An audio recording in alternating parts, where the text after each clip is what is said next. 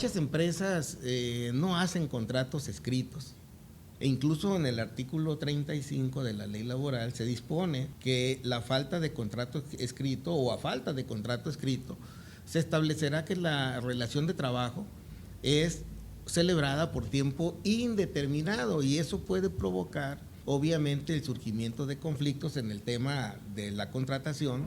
Anteriormente, en el viejo sistema, digámoslo así, o sistema tradicional, juntas de conciliación, no se veía muy necesario por parte del patrón el tener ese tipo de organización, porque era otro sistema, era otra cuestión en la cuestión probatoria.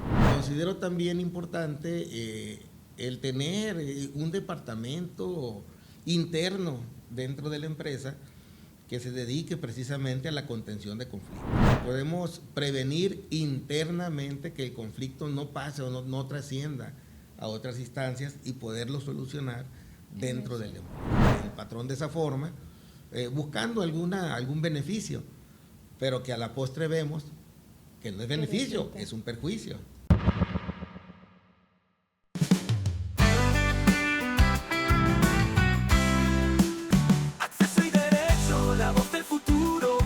Justicia bajo un mismo muro, derechos al aire siempre. Bienvenidos al podcast Acceso y Derecho. El acceso a la justicia explicado en nuestro idioma.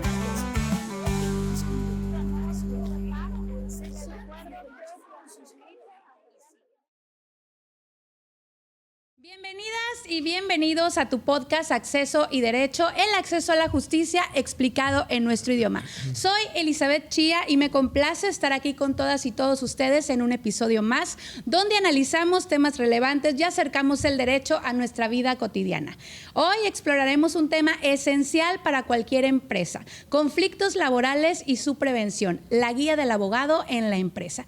Para ello tenemos el honor de contar de nueva cuenta, y porque la audiencia así nos los ha solicitado muchísimo, a un experto en la materia, el doctor Víctor Manuel Orozco Escárrega, destacado abogado laboral con amplia experiencia en asesorar a empresas y trabajadores. Bienvenido, maestro.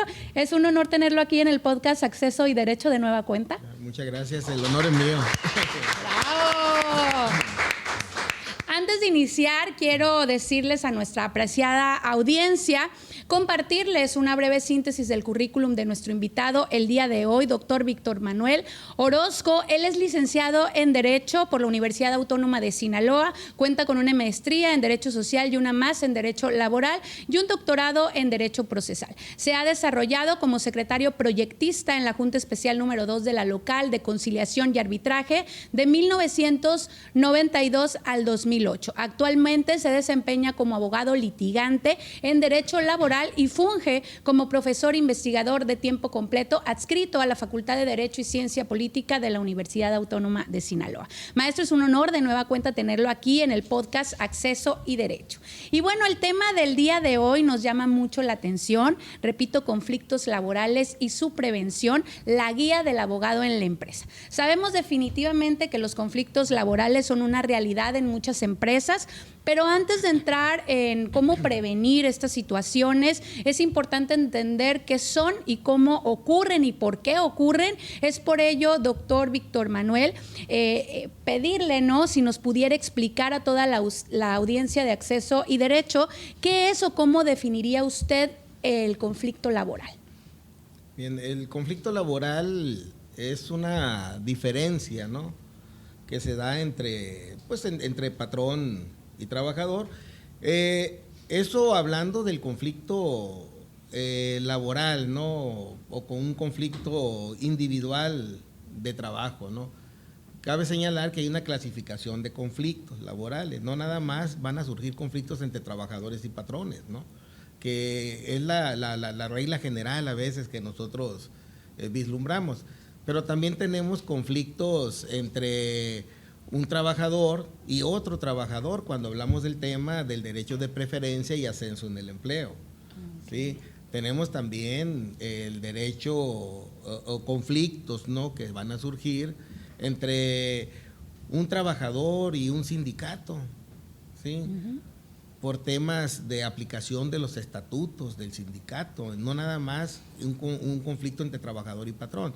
Igual tenemos conflictos colectivos de trabajo que surgen con sindicatos y patrones, ¿no? Y pues obviamente es una diferencia, ¿no?, de intereses, ¿no? Lo que provoca el surgimiento de los conflictos. Es bueno conocer, maestro, lo que nos acaba de señalar, porque regularmente cuando hablamos de este tema, luego nos vamos precisamente a los conflictos que pueden surgir entre patrones y trabajadores. Entonces tenemos de entrada que hay diversidad, hay diferentes tipos de conflictos laborales que se suscitan en una empresa. En este sentido, el tema del podcast ya lo hemos repetido, conflictos laborales y su prevención. Quisiera saber, maestro, doctor, Víctor Manuel, ¿cuáles son los errores más frecuentes que cometen las empresas al enfrentar conflictos laborales? Principalmente la falta de organización interna por parte de la empresa. Hablando en la cuestión formal, muchas empresas no hacen contratos escritos, ¿sí? Okay.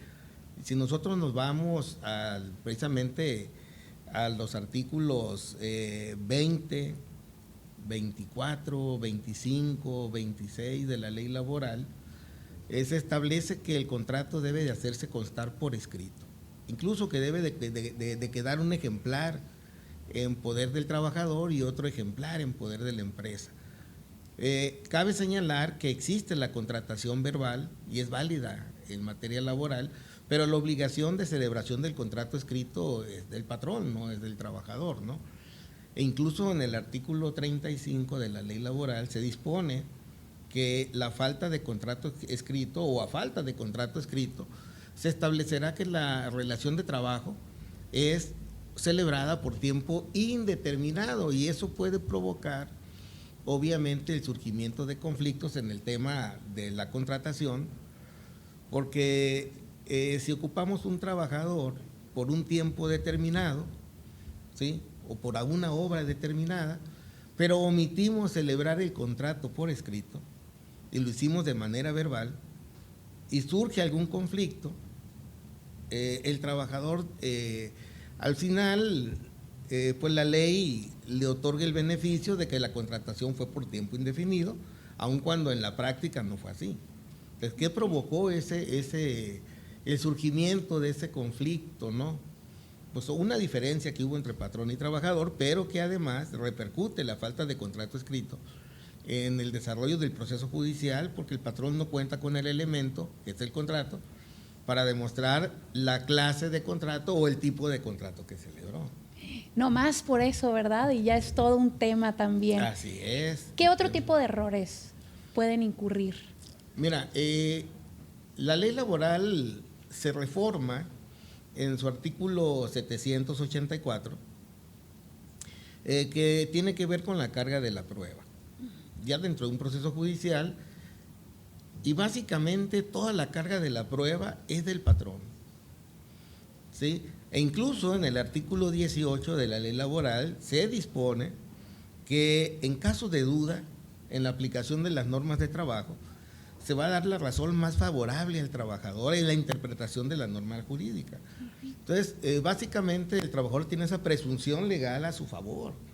En cambio, el patrón tiene toda la carga de la prueba para demostrar cualquier controversia que surja dentro de un conflicto de trabajo, como lo es el tema del salario, el tema de la jornada de trabajo, el tipo de contrato, el puesto, la labor y cualquier otra situación que incluso el despido es carga probatoria del patrón, el desvirtuar el despido afirmado por el trabajador.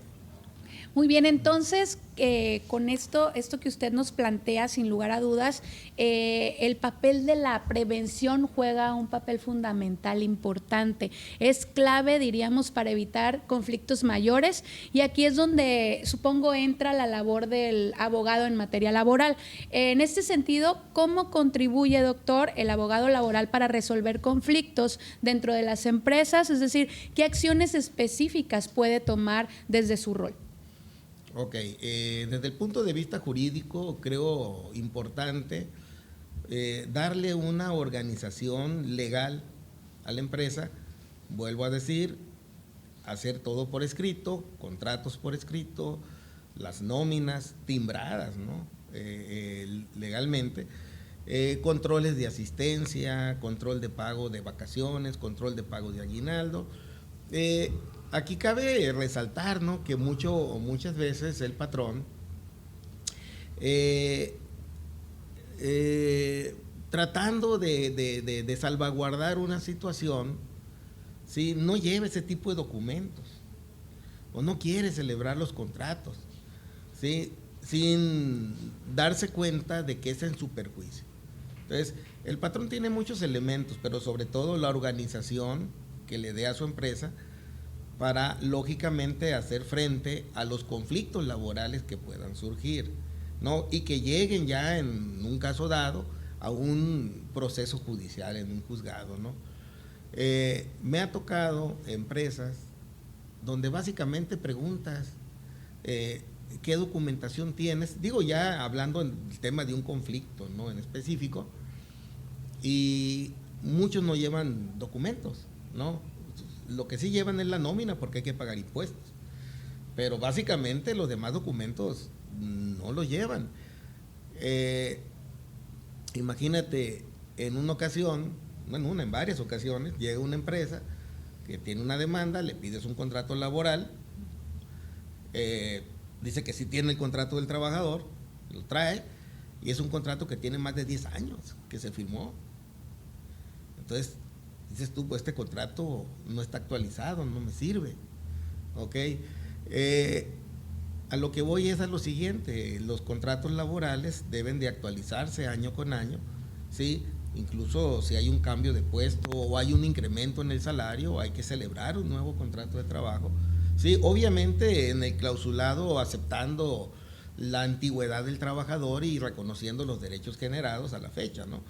Pero tiene que existir un nuevo contrato, ¿no? Y no nada más establecerse con un contrato que a vuelta de 10 años sigue siendo el mismo contrato y jamás ha sido actualizado.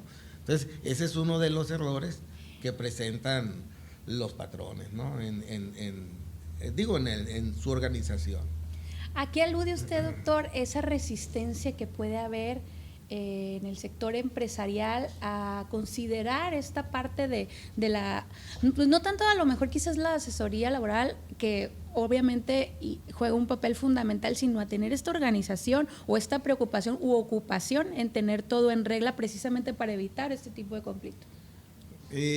Anteriormente, en el viejo sistema, digámoslo así, un sistema tradicional, juntas de conciliación, no se veía muy necesario por parte del patrón el tener ese tipo de organización, ¿no?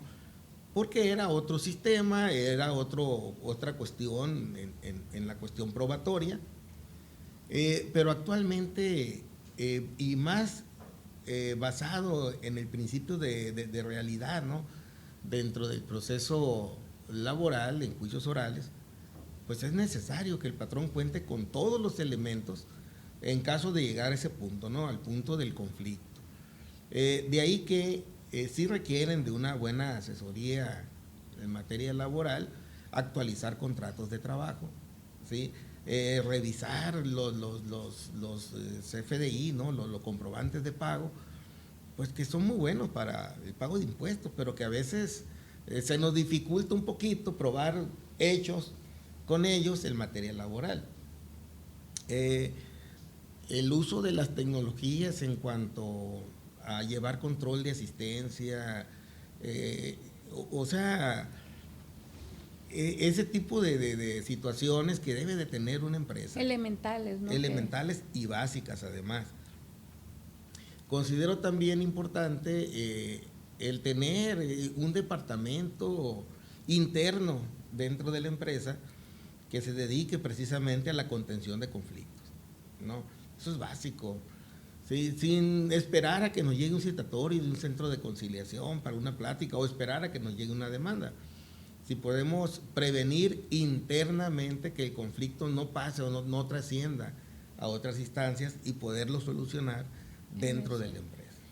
Doctor, en su amplia experiencia en este tema, ¿usted ha notado que las nuevas generaciones en este rubro hoy se preocupan más o se ocupan más por mantener en regla esta organización de contratos y de lo que usted nos señala? O sea, sí, quizás antes, ahora con el tema de las nuevas tecnologías de la información y comunicación y quizás este acercamiento que se pueda tener mayormente o con mayor confianza con abogados en materia laboral y con estos nuevos cambios que se ha dado el mismo sistema de justicia laboral, ¿usted considera o ha notado que existe una mayor ocupación en el sector empresarial por mantener en regla todo?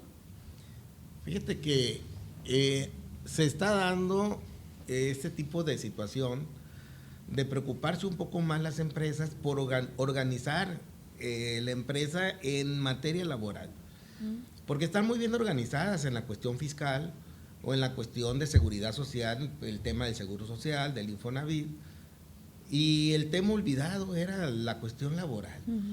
¿Por qué? Porque no se veía una consecuencia inmediata, ¿no? Ahorita pues ya se está dando cuenta el sector patronal de que es necesario, ¿sí? Esa organización, tanto en la prevención de conflictos como para enfrentar los procesos judiciales. Ya no es un tema de segundo plano, pues ya es tema de primera necesidad en una empresa. A veces el patrón, el empresario, no se da cuenta de la importancia hasta que se ve inmerso en este tipo de conflictos, ¿no? Y fíjate que el nuevo sistema le ha dado esa visión al sector patronal de la importancia que tiene todo eso. Y más allá de organizarse documentalmente, yo siento que el acercamiento del patrón o de los representantes del patrón hacia la base laboral puede ayudarnos a prevenir muchísimos conflictos. Muy bien. En su experiencia, doctor Víctor Manuel, ¿considera importante que las empresas deben considerar tener una asesoría constante en materia laboral para evitar precisamente estos conflictos? Es decir, ¿cuáles son los beneficios tangibles que una empresa puede obtener al contar con un abogado laboral en la creación de un entorno laboral sano y equilibrado? Ok, el primer beneficio que yo veo es tener organizada tu empresa, totalmente, ¿no? No es un gasto, yo siento más bien que es algo necesario dentro de una empresa, ¿sí? Principalmente para la prevención, ¿no? de conflictos. Es un trabajador que tiene un contrato de trabajo bien definido, bien estipulado, ¿sí? Conoce perfectamente bien cuál es su situación laboral dentro de la empresa. El problema está en las asesorías no muy claras dentro de una empresa. Por ejemplo, mira, siguiendo con el tema de los contratos. La ley establece, artículo 25, ¿no? que los requisitos y formalidades que debe de contener un contrato de trabajo. Y se debe especificar el puesto, las labores, especificar bien detalladas qué labores va a llevar a cabo el trabajador, en qué lugar va a prestar los servicios, bajo qué horario de labores, ¿no? El salario que se le va a pagar y la periodicidad del pago. Y te topas a veces con contratos que dice puesto, labores generales, labores diversas, multifuncional. Multiusos. O sea, es una forma de tratar de eludir una obligación. Labores las necesarias y propias de la empresa. Y no especifica realmente una labor. Horario o jornada de trabajo de 48 horas. Día de descanso variable. Entonces, estamos viendo una situación de tratar de disimular una relación laboral que a la postre, en un proceso judicial, nos puede perjudicar. ¿Qué consecuencias puede tener, doctor, una situación así? Que de repente podamos quizás, no sé, a lo mejor no puede ser así, ¿no? Pero en un supuesto de que para llenar y que no se limite a lo mejor en un solo cargo o espacio, o sea, Sí. le pongo así, lo nombro así el cargo, ¿qué consecuencias posibles pueda tener después? Por ejemplo, mira, en el artículo 20 de la ley laboral vienen los elementos de una relación de trabajo, que es la prestación personal del servicio, el pago del salario y la subordinación.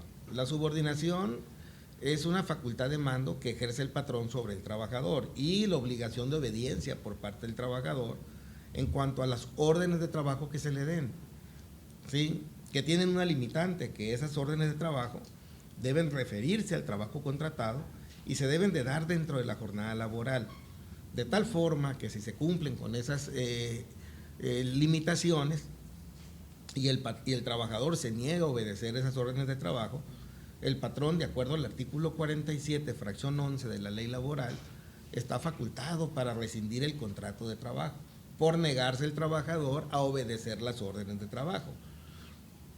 Pero luego se presenta la problemática. Bueno, ¿cuáles son las labores en específico que tiene designadas el trabajador? Y ves el contrato, dice muy genéricamente, entonces no hay una especificación. Luego te vas al horario, 48 horas semanales, pero no viene un horario específico. Entonces, el trabajador no tiene obligación de obediencia si las órdenes que se le dan no tienen que ver con el trabajo contratado o si no se le dan dentro de su jornada laboral. El problema está en especificar o en establecer, ¿sí?, cuál es el horario y cuáles son las labores. Ajá. Y al no haber una especificación, pues no puedo rescindir un contrato, porque no tengo la forma de demostrar específicamente las labores y su jornada laboral. Entonces, aparentemente el contrato lo hace el patrón de esa forma, buscando algún beneficio, pero que a la postre vemos que no es beneficio, es un perjuicio. Así es. Sí, en ese tipo de situaciones. Pues cómo es importante, doctor. Siempre también ahorita usted manejaba el tema de la capacitación y en ese sentido, bueno, la capacitación del personal vemos que es una herramienta fundamental en cualquier empresa. ¿Considera entonces que, y hablando también de las actualizaciones que se tienen en materia laboral, considera que la capacitación en derechos laborales y en la resolución de conflictos puede ser una estrategia efectiva? Totalmente, 100% efectiva. ¿Qué tipos de capacitación recomendaría usted a las empresas?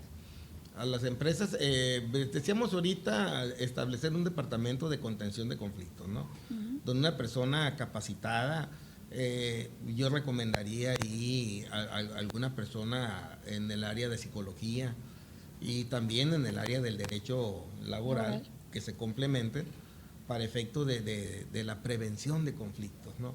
A veces, fíjate, en la cuestión psicológica, ya no tanto en la cuestión legal, pero el trabajo produce estrés, ¿sí?, tensión nerviosa, y más en aquellos trabajos donde se le exigen metas a los trabajadores que alcanzar, que obviamente lo ponen en una situación de estrés laboral, ¿no? Que incluso ya se estableció dentro de la Ley Federal del Trabajo como una enfermedad laboral, el estrés laboral. Sí, claro. Oye, me voltearon a ver varios aquí. Entonces, sí, ya figura como enfermedad, ¿no?, derivada del trabajo. ¡Qué estrés! Pero fíjate, es interesante contar con el apoyo psicológico para tratar ese trabajador, para tratar ese posible brote de un conflicto antes de que surja el conflicto. Uh-huh. Entonces, yo siento que la prevención es la mejor asesoría y es la mejor forma de litigio, porque estamos muy acostumbrados a los litigios en los tribunales, pero yo siento que más que un litigio en un tribunal, siento que, digámoslo así, el litigio de escritorio, el litigio interno dentro de una empresa es el más importante, ¿ok? Y vuelvo a lo mismo, debería el patrón de tener un departamento de prevención o de detección de contingencias a tiempo y en tiempo para evitar conflictos futuros. Y evitar, ¿verdad?, llegar a otro tipo de instancias, ¿no? Si se puede prevenir desde el interior de la empresa.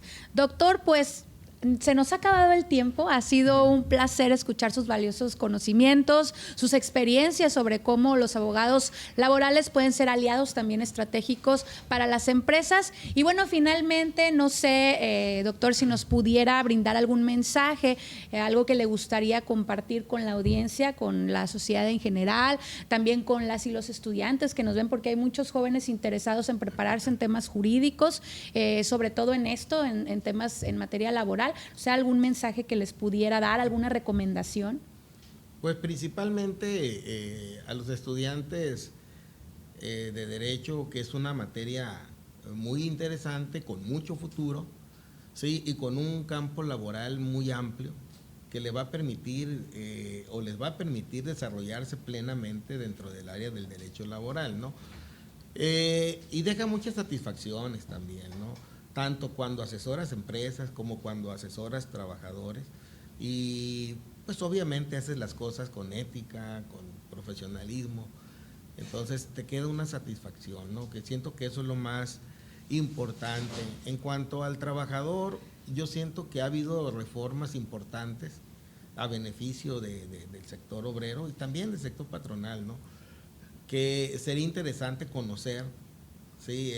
Analizar para beneficio propio de tanto de trabajadores como de empresarios, ¿no?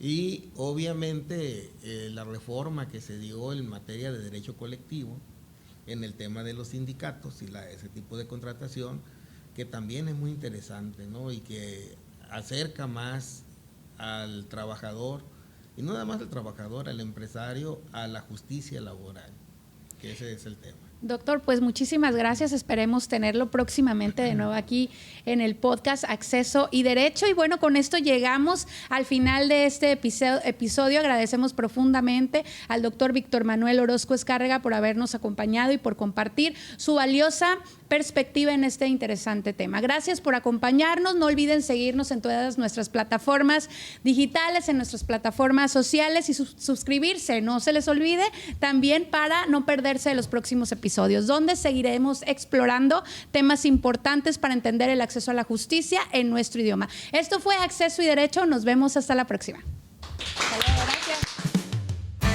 Esto fue Acceso y Derecho.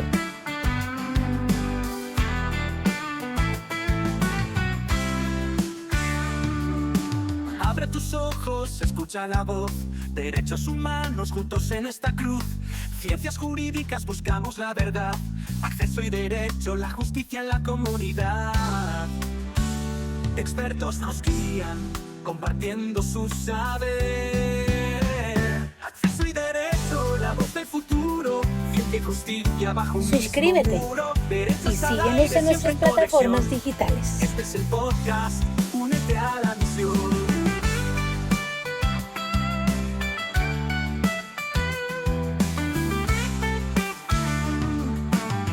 Semana, media hora de pasión, entrevistas profundas, pon atención, los estudiantes...